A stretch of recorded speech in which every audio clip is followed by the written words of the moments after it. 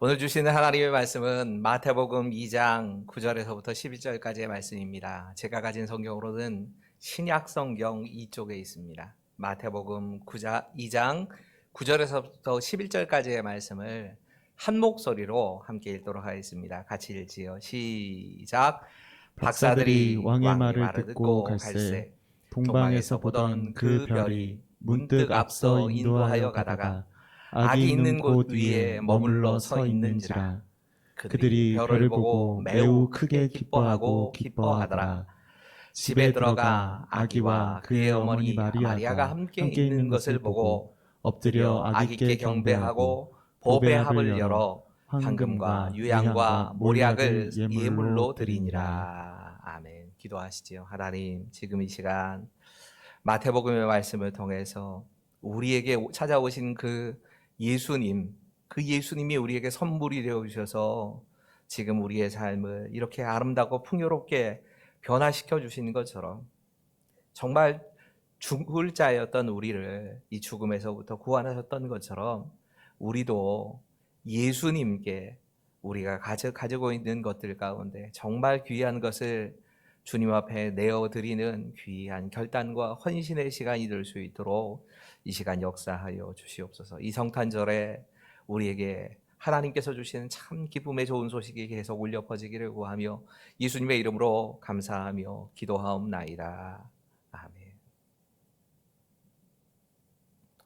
아프리카나 동유럽 그리고 무슬림권에 있는 여러 극빈 국가들에서는 아이들이 성탄절에 대해서 전혀 모르고 지나가는 아이들이 많답니다. 성탄절의 주인공이신 예수님도 알지 못하고 또 이 전 세계 아이들이라면 누구나 알 것 같은 산타클로스에 대해서도 성탄절에 그렇게 아이들이 참 좋아하는 이 산타클로스에 대해서도 전혀 들어본 적이 없이 성탄을 보내는 아이들이 전 세계에 굉장히 많다고 합니다. 이런 소식을 안타까워하던 미국의 한 이 자선단체들이 여러 개의 자선단체들이 크리스마스 상자 보내기라고 하는 선물을 보내는 어린아이들에게 선물 보내는 운동을 합니다. 단체마다 다 다르지만 제3세계의 아이들에게 이렇게 상자를 만들어 가지고 그 아이들에게 꼭 필요한 물품을 만들어 주기도 하고 직접 자신들이 만들어서 선물을 주기도 합니다. 어쩌면 이런 성탄절에 선물을 주고 받는 것들이 이 서구의 문화권 또 기독교 문화권에서 너무 당연하게 느껴지는 상황이지요. 우리 교회도 지금 조금 전에 들었는데 우리 아이들에게 각각 구설별로 크리스마스 선물을 준비해서 나눠준다 하는 얘기도 들었고 또 다음 주 우리가 대면으로 예배를 드리지 못하다 보니까 어르신들을 위해서 권사회와 여전도회가 합쳐서 뭔가 좀 작은 떡과 같은 선물을 좀 준비해서 다음 주 화요일 수요일에는 나눠드리기로 했다는 소식도 듣고 또 어떤 여전도회 선가는 다른 작은 교회에 대해서 설교를 들으시면서 저 교회 선물해야겠다는 생각 때문에 지금까지 모아놓았던 회비를 모아가지고 특별한 선교원금을 지출하기도 하시고 한다는 소식을 듣습니다. 이런 거 비슷한 행동들을 이 단체에서 하기로 하는 겁니다. 그런데 이 단체가 이렇게 자선단체 여러 개가 합쳐서 일을 하다 보니까 일반적인 기독교 단체가 아닌 다른 이 단체에서는 이 선물의 의미를 산타의 선물이라고 하는 이름으로 준답니다. 근데 기독교 단체에서는 전혀 다른 의미를 담아서 준답니다.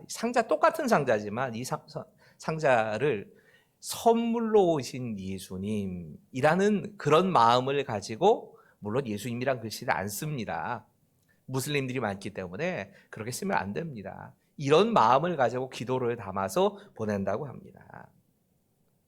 언제가 성탄절 시즌이 크리스마스 시즌이 다가올 때에 굉장히 번잡한 이 홍대의 번화가 거리에 이 커다란 박스들이 여러 개가 이렇게 쌓여 있었던 일이 있습니다. 한 국내 문화단체에서 이 행동을 한 거였는데 이 박스의 무늬들을 다 각각 이렇게 나누어서 그림을 해놨는데 이 그림들을 다 합쳐서 보면 예수님의 형상이 나타나는 그런 선물 상자들을 이렇게 만들어서 설치했던 그런 일이 있었다고 합니다. 코로나19 때문에 올해는 어떻게 됐는지 모르고요. 하도 예전에 봤던 기사이기 때문에 지금도 이 단체가 계속 활동하는지 모르겠습니다. 이전에는 제가 기사를 볼 당시만 해도 굉장히 이 일이 뜻깊다 생각해서 여러 사람들과 단체와 교회들이 후원을 해가지고 행사가 조금씩 오히려 커지고 있다 하는 그런 글을 봤던 기억이 납니다. 여러분, 성탄절을 보내면서 세상 사람들이 가지고 있는 의미와 예수를 믿는 우리가 성탄절을 보내는 의미는 전혀 다른 겁니다. 어쩌면 우리의 성탄의 의미는 예수님께 초점이 맞춰져 있습니다.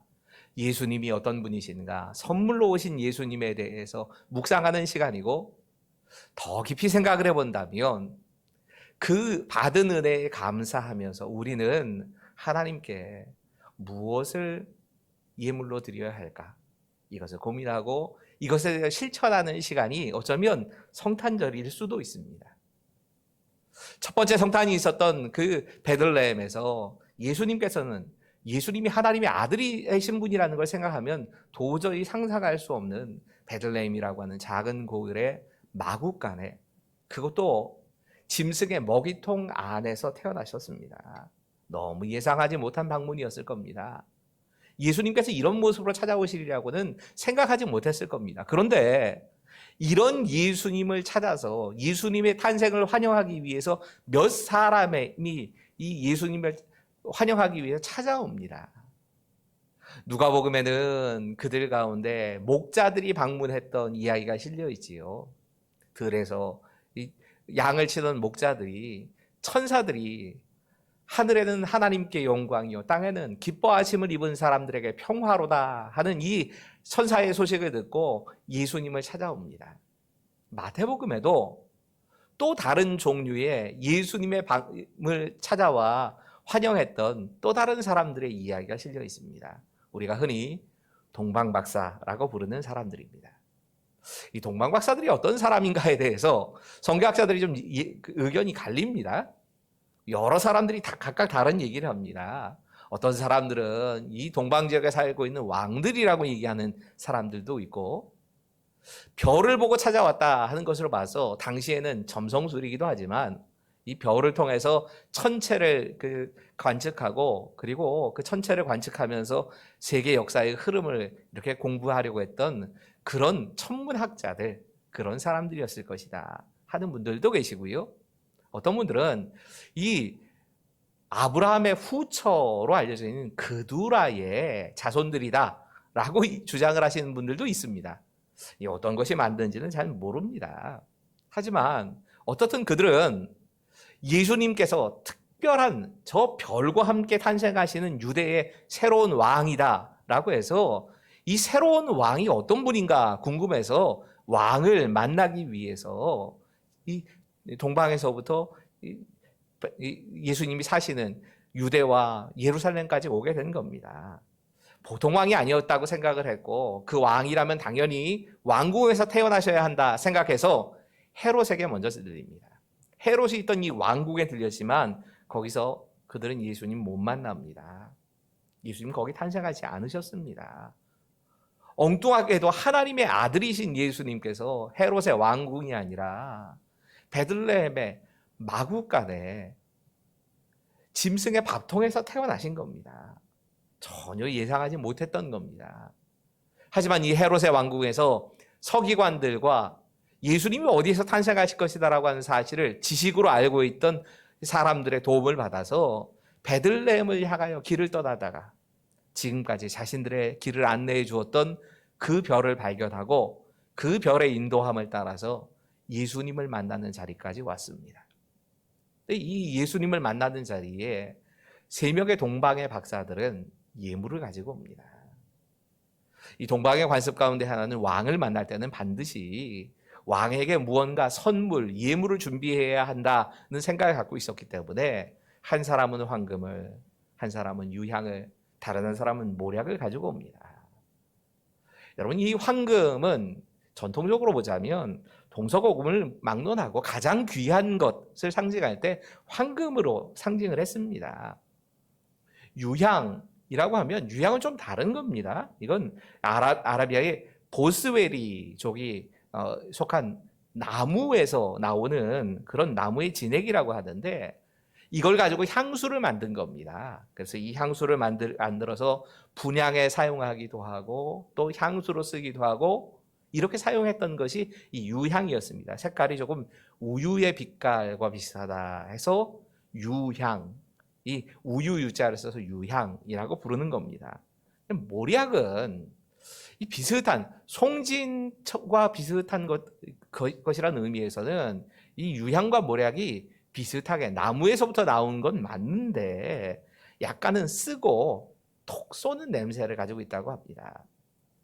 실제로는 이 성서박물관에 방문했을 때에 이 성서박물관에서 이 유향과 모략을 보여줬는데 제가 유향은 잘 기억이 안 납니다. 사실 유향의 맛이나 아니면 냄새나 이건 잘 기억이 안 나고 모략은 기억을 합니다. 모략은 굉장히 쓰다. 아주 조금 줘서 이거 살짝 입에만 대봤는데도 굉장히 쓰다 하는 인상을 받았던 그런 기억이 있습니다. 주로 이것은 사형수에게 마취제로 많이 사용되기도 하고 또 시신을 바르는 이 모략 그런 의미로 주로 사용이 된다고 합니다. 그래서 많은 경우에 이 황금과 유향과 모략에 대해서 전통적으로 해석하는 게 있습니다. 전통적으로 이 황금은 예수님의 왕권, 예수님이 왕으로 다스리신다라고 하는 그런 의미로 해석을 하고 유향을 해석을 하면서는 유향은 특별히 분향에 사용됐던 이런 그 종류였기 때문에 신에게 드리는 제사와 관련이 있다고 해석을 많이 합니다. 반면에 모략은 실제로 시신의 부패나 냄새를 막는 역할을 했기 때문에 모략을 예수님이 십자가와 연결시켜서 이 황금과 유향과 모략을 해석하는 경우가 굉장히 많이 있습니다. 오늘은 우리에게 선물로 오셔서 우리에게 구원이라는 선물을 주신 그 예수님 앞에 나아갈 때에 무엇을 준비할까를 좀 적용해보는 설교를 하려고 합니다. 좀 평상시와 다르게 이 본문에만 머물러 있지 않고 좀 다른 본문들을 같이 생각하면서 과연 우리가 예수님 만날 준비는 어떻게 해야 될까? 예수님 만날 준비만이 아니라 어쩌면 이건 우리가 다시 오실 주님을 만나는 우리의 죽음과 또 관련되는 이 우리 주님을 내 부르심에 내가 무엇을 준비하고 살아야 할까를 말씀하고 있는 내용이라고 생각합니다. 이렇게 좀 적용을 해보려고 합니다. 첫 번째 좀 준비해야 될 건 이거라고 생각합니다. 같이 한번 읽어볼까요? 시작. 우리는 믿음의 예물을 드려야 합니다. 여러분 성경은 황금을 믿음에 비유하는 경우가 굉장히 많습니다. 특별히 변함없는 믿음을 이야기할 때 황금에 하는 경우가 많습니다.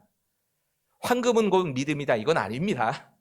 황금 나오면 다 믿음 이렇게 연결시키시면 안 돼요. 그건 잘못된 겁니다. 하지만 오늘 적용을 해본다면 이 말씀을 믿음, 변함없는 믿음이라고 적용은 할 수 있다 생각합니다. 베드로전서 1장 7절 이렇게 말씀합니다.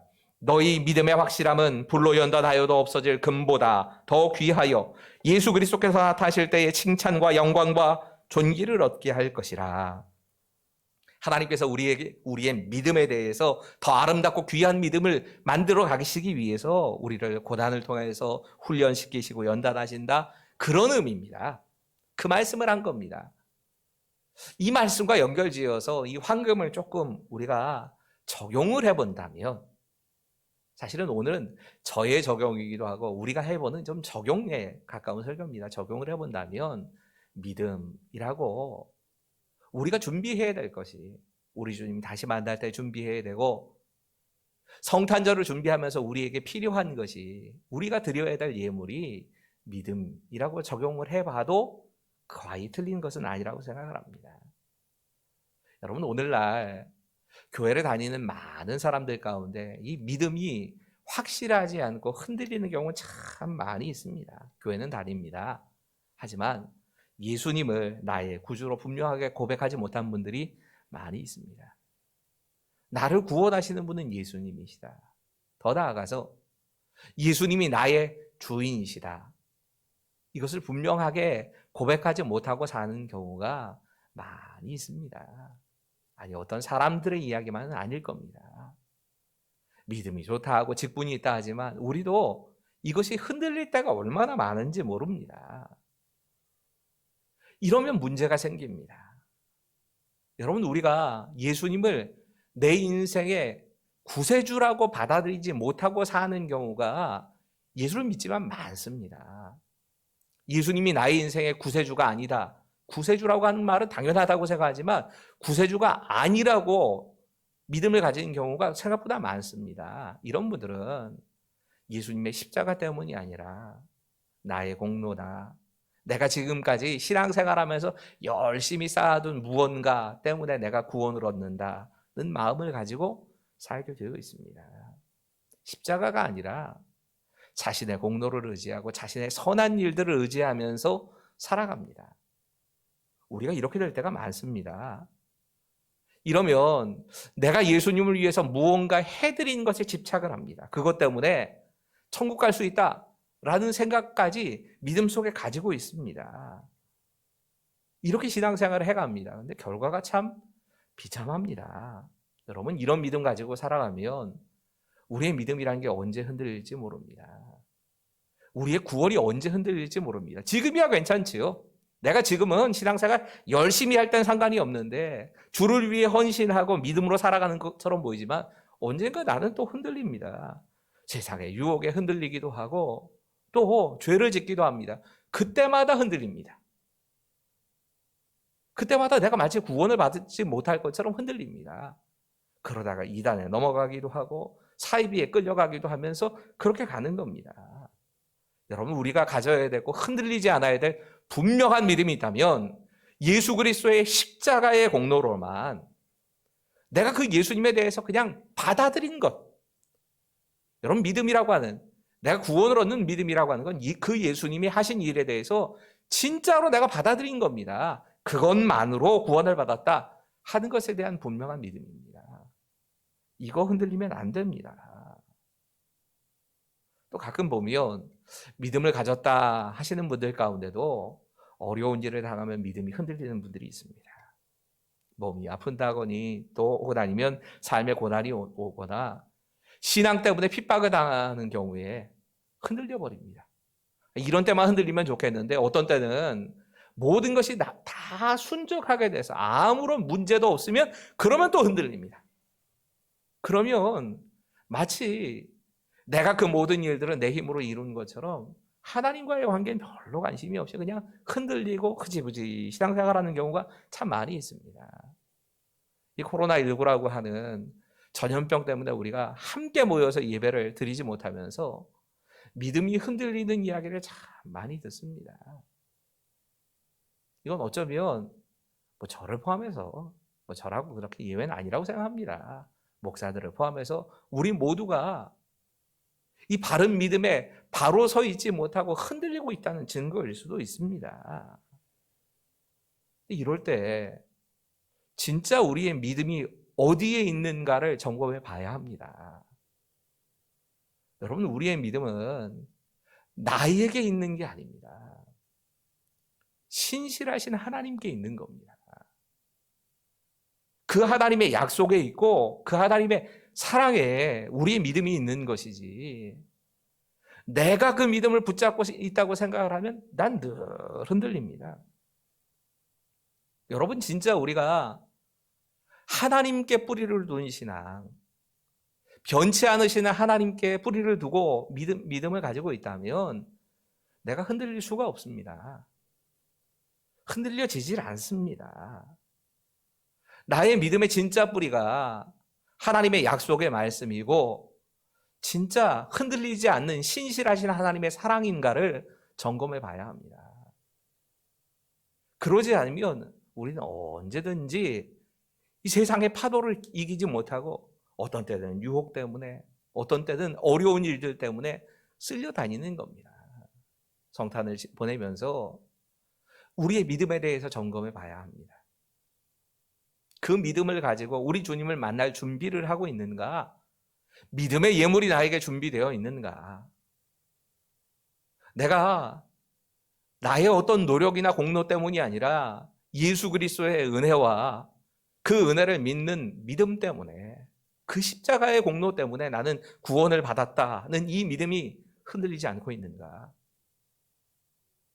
세상이 아무리 어렵고 모든 것이 다 변한다 할지라도 나를 붙잡고 계시고 나를 사랑하시는 그 하나님의 약속이 변하지 않는다면 그 약속에 뿌리를 내리는 그 믿음, 그 믿음이 나에게 준비되어 있습니까? 두 번째로 우리가 적용해 볼 수 있는 것은 우리에게는 기도의 예물이 필요합니다. 우리는 기도의 예물을 드려야 합니다. 여러분, 유향이라고 하는 것은 아름다운 향기를 내는 그런 작용을 하는 겁니다. 주로 이 유향이 언제 사용되느냐? 성경의 유향이 쓰일 때는 구약시대의 성전에서 제사장들이 매일 지성소 앞에서 분향단에 향료를 뿌려놓고 향을 피웁니다. 그때 주 재료가 유향입니다. 하나님은 매일 이 향이, 하나님 앞에 올라가는 이 향이 끊어지지 않게 매일매일 피어오르게 하라고 명령을 내리십니다. 근데 이 유향에 대해서 성경의 다른 곳에 이렇게 해석이 되는 경우가 있습니다. 이 유향을 요한계시록 5장 8절은 이렇게 해석을 합니다. 함께 읽으시죠. 시작. 그 두루마리를 취하심에 네 생물과 24장로들이 그 어린 양 앞에 엎드려 각각 검은고와 향이 가득한 금 대접을 가졌으니 이 향은 성도의 기도들이라. 이 향은 성도의 기도들이라. 요한계시록 8장 3절 4절도 다시 이렇게 말씀합니다.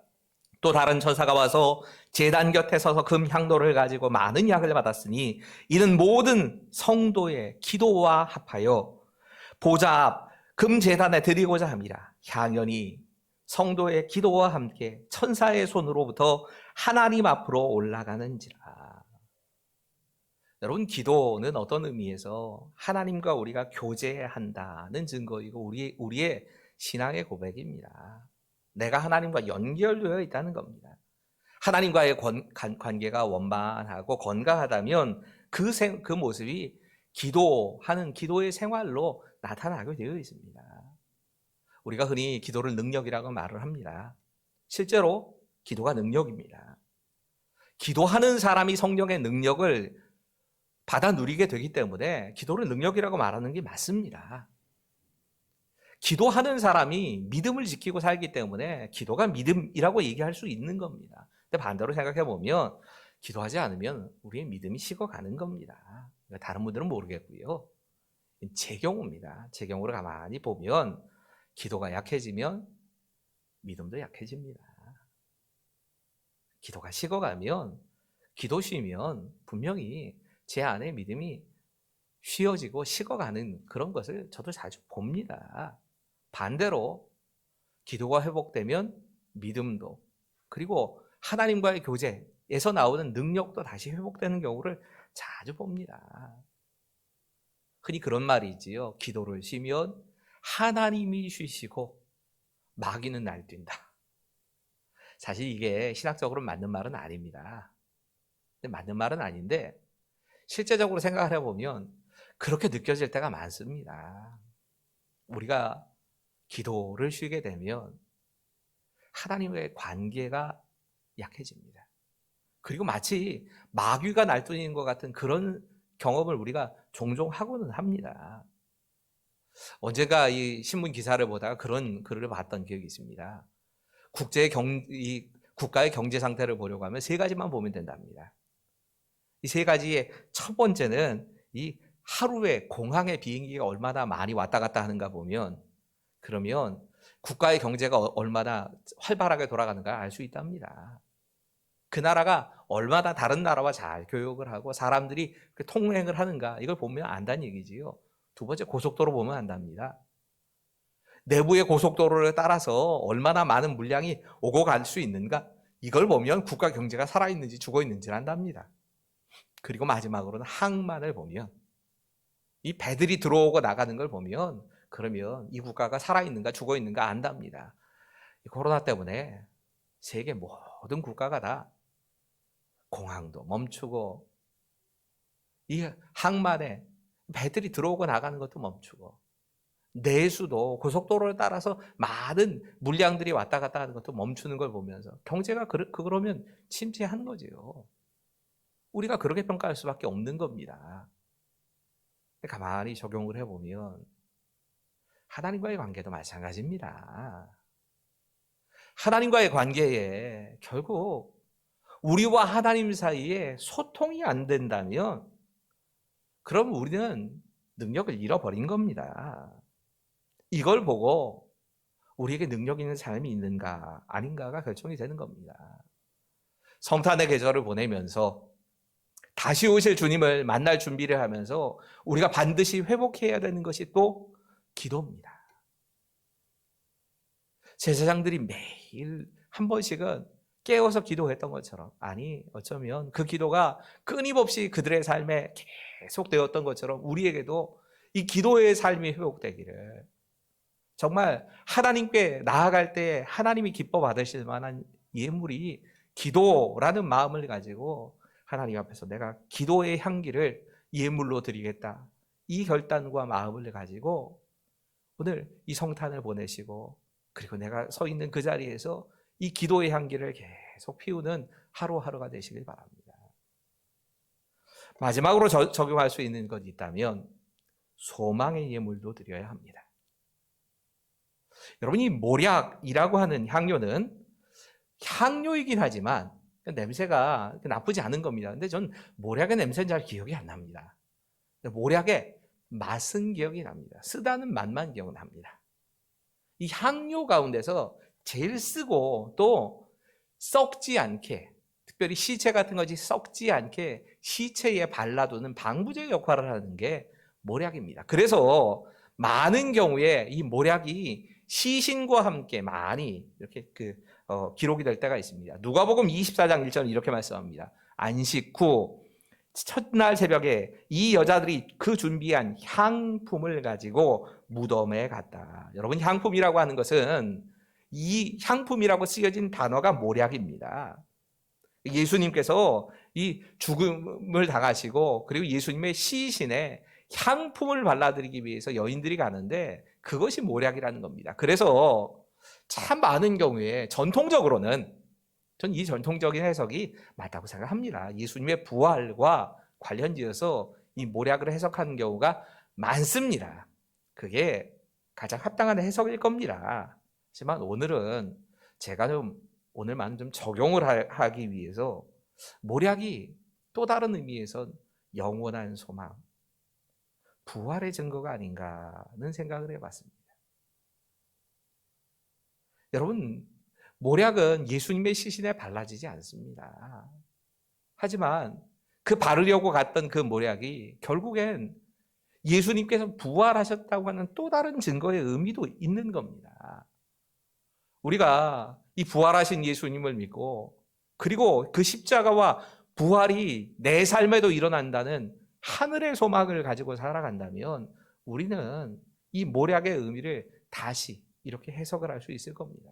베드로전서 1장 3절과 4절 말씀입니다. 같이 읽지요. 시작. 우리 주 예수 그리스도의 아버지 하나님을 찬송하리로다.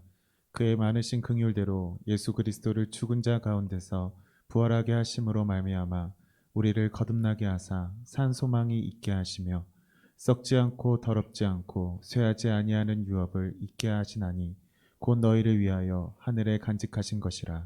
여러분, 성탄의 의미를 생각하는 글들 가운데 제가 한 가지 좀 글을 소개하고 싶은 마음이 있었습니다. 이런 글입니다. 크리스마스 나흘 전쯤이었다. 내 앞에 계산대에는 허름한 옷차림의 한두 명의 아이가 있었다. 구질구질한 여동생의 손에는 예쁜 황금빛의 슬리퍼가 들려 있었다. 소녀는 마치 소중한 보물을 올려놓듯이 조심스럽게 계산대 위에 슬리퍼를 올려놓았다. 그리고 소년이, 오빠로 보이는 소년이 주머니에서 구겨진 지폐와 동전을 올려놓았다. 아무래도 저 슬리퍼는 도로 갖다 놔야겠어. 다음에 돈 더 모으면 그때 와서 사자. 3달러가 부족해. 소년이 동생에게 말을 하자 여동생은 울먹이기 시작했다. 하지만 예수님 저 슬리퍼 좋아하실 것 같아. 이유가 궁금해져서 나는 3달러를 내 손으로 건네주면서 물었다. 도대체 왜 저 슬리퍼를 사려고 하니? 아이가 이렇게 대답을 했답니다. 우리 엄마가 아파서 곧 천국 가시거든요. 엄마는 크리스마스 전에 예수님과 함께 떠날 거라고 아빠가 말씀하셨어요. 우리 주일학교 선생님이 천국 거리가 황금빛이래요. 엄마가 이 슬리퍼 신고 걸어가면 참 예쁠 거예요. 나는 진정한 성탄절의 의미를, 나눔의 의미를 일깨워 주신 하나님께 진심으로 감사드렸다. 여러분, 부활하신 예수님을 믿는 우리에게 하나님께서는 하늘에 대한 소망, 우리를 위해 예비해 두신 하늘에 대한 소망, 영원한 기업에 대한 소망을 주십니다. 이 하나님 나라에 대한 분명한 소망을 가질 수 있다면 우리에게 지금 어떤 환난이 오고 어떤 시험이 와도 견디고 가는 겁니다. 어떤 썩어 없어져가는 이 세상의 것이 아니라 진짜 하나님 나라에 대해서 소망을 두고 산다면 사실 나눔보다 훨씬 중요한 건 하늘에 대한 소망인 겁니다. 이 썩지 않을 상급과 기업을 얻기 위해서 애쓰면서 살아가는 겁니다. 우리가 주님을 다시 만나기 위해서 준비해야 할 정말 중요한 예물이 있다면 썩지 않아야 할 이 하나님 나라에 대한 소망인 겁니다. 오늘은 선물의 이야기로 시작했기 때문에 선물의 이야기 하나로 이 말씀을 마치고 싶습니다.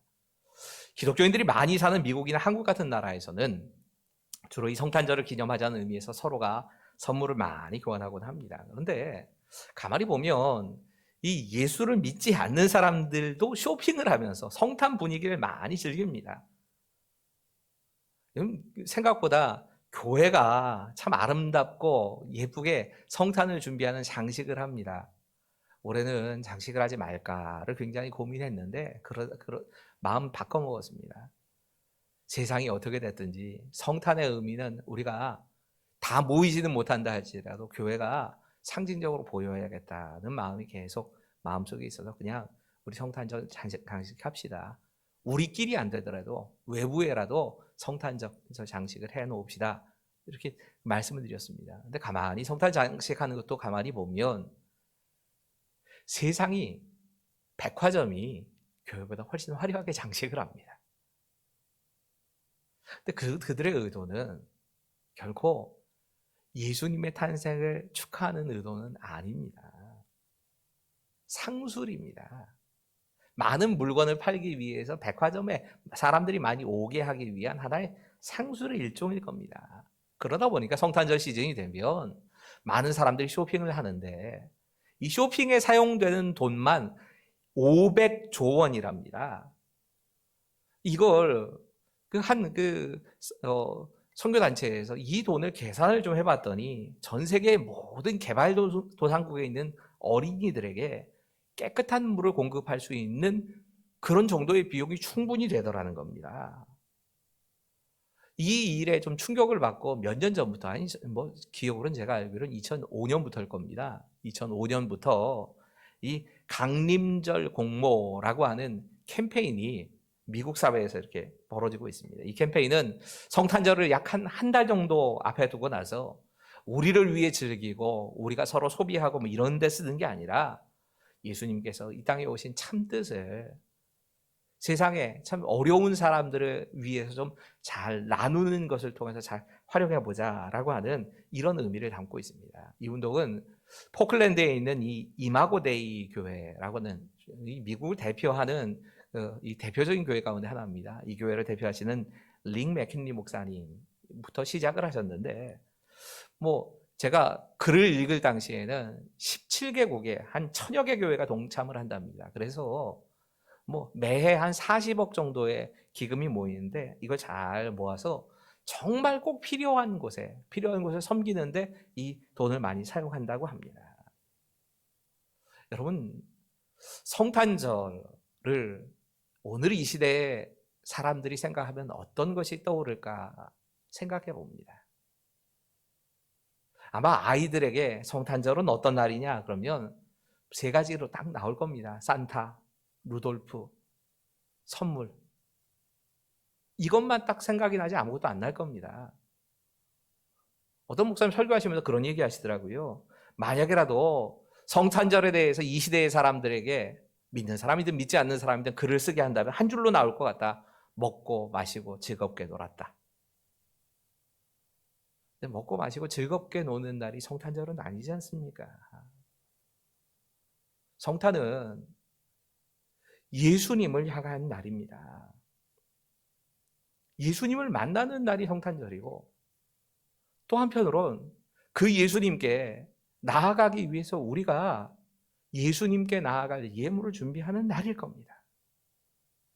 여러 가지로 설교했지만 하나로 딱 모아서 얘기를 한다면 우리에게 받기 원하시는, 하나님께서 가장 받기 원하시는 예물은 나입니다. 나. 우리 몸을 하나님이 받기를 원하십니다.